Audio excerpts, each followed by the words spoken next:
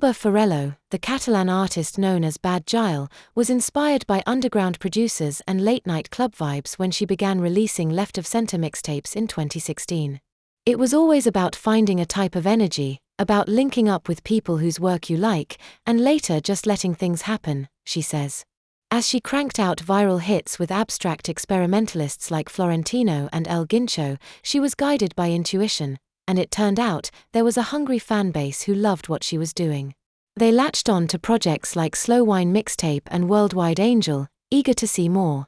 Over the next few years, Ferrello, 29, became a mainstay on the festival circuit and a go-to collaborator across the Spanish-language industry, working with megastars like Puerto Rican rapper Mike Towers and Dominican party-starter Tokischa.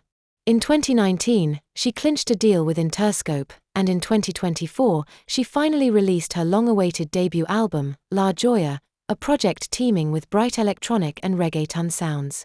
But for Ferrello, a restless artist who describes herself as endlessly curious, that was just the beginning. Over the past 3 years, she's been hard at work on Más Cara, an LP that feels like an elevated, expansive version of all the things she's been good at in the past. She landed on the name, which translates to more expensive, as she hammered out the first track, which is all about leveling up and taking a step forward. So much came from asking, who am I? What's the music that I love? What's the world I'm shaping? What are the codes and the language I'm building, she says. Her inquiry led to the album's wide-ranging production as it bounces from EDM beats to skittish merengue to even compa, a smooth dance rhythm from Haiti. Ferrello had been obsessed with the style and started testing it out on a song called Ultima Noche. As she was putting it together, she says, she kept envisioning how the song might sound with Puerto Rican Dominican singer Ozuna. He didn't know where this style of music was from, but he fell in love, so I explained it to him, she says. He came to the studio at her invitation and helped bring the vision together. She calls the whole experience surreal. I never thought I could make a song with Ozuna, and especially with something he didn't know and that he liked so much.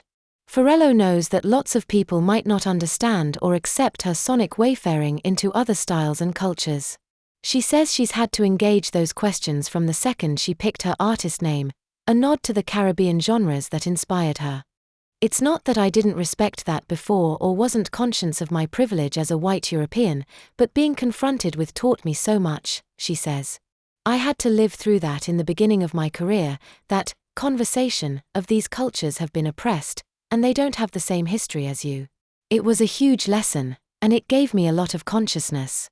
It made me learn a lot.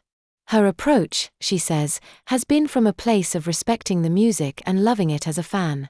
She says she's been heartened that songs like Ultima Noche have been embraced by fans in Haiti, many of whom have posted their own cover versions online in Creole and sent her supportive messages. She's also been collaborating with artists from the country. I feel like this could sound too happy flowers, and maybe it's something I've put in my own head, but I do think that when you do things from a place of real love and passion for them and because you really care, that energy comes across. One of the best moments from the album, she says, came when she recorded a few reggaeton tracks in Puerto Rico. She recently Choque, a smash with genre veteran Chencho Corleone. As they were coming up with tracks, the legendary production duo Looney Tunes pulled up to the studio to help. Because they were there, all these other OGs from the reggaeton world started coming through, Ferrello remembers. Between takes, they'd tell me a million stories from back in the day, and I was just like, I'm a student in class. Teach me and guide me. Truly, to find myself in that context is an experience I'm never going to forget. Her next step is to get the album ready and start rehearsing major shows in Spain, where fans have been counting down.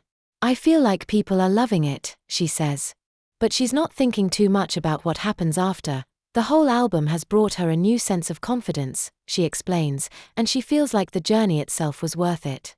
I don't know what's going to happen with this album, if it'll go platinum, if it will or won't, or what the hell is going to happen, she says. I don't know, but the experiences this album has left me with, and being able to say, look, girl, how far you've come and what life has given you, is more than enough.